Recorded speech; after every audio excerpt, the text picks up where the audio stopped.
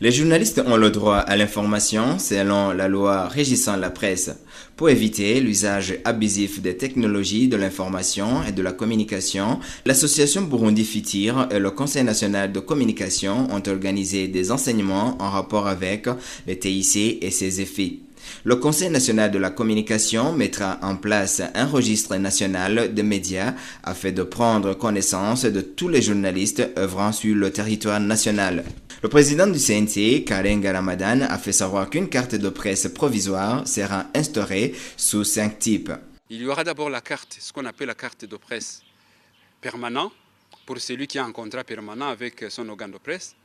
Il y aura ce qu'on appelle la carte de presse pour stagiaires, pour les stagiaires, les étudiants en communication, ou bien toute autre personne qui voudrait exercer dans ce domaine, il aura une carte, ce qu'on appelle de stagiaire.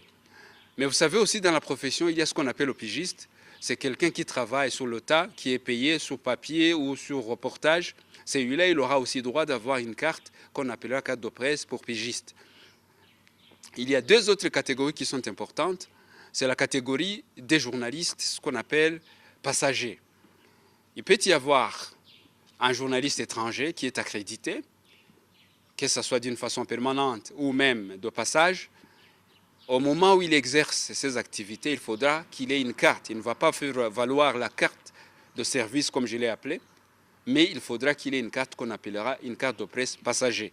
Aussi, carte honoraire, c'est une autre catégorie. Il y a des professionnels, des anciens du média, du secteur, mais qui voudraient rester en contact permanent avec leur milieu d'origine. Ou bien les gens qui enseignent la communication dans différents organes, dans différentes universités, qui voudraient rester en contact avec leurs anciens étudiants ou qui voudraient exercer en appuyant le domaine de la presse. Ces gens-là, on va leur accorder ce qu'on appelle la carte de presse honoraire à la demande de cet individu.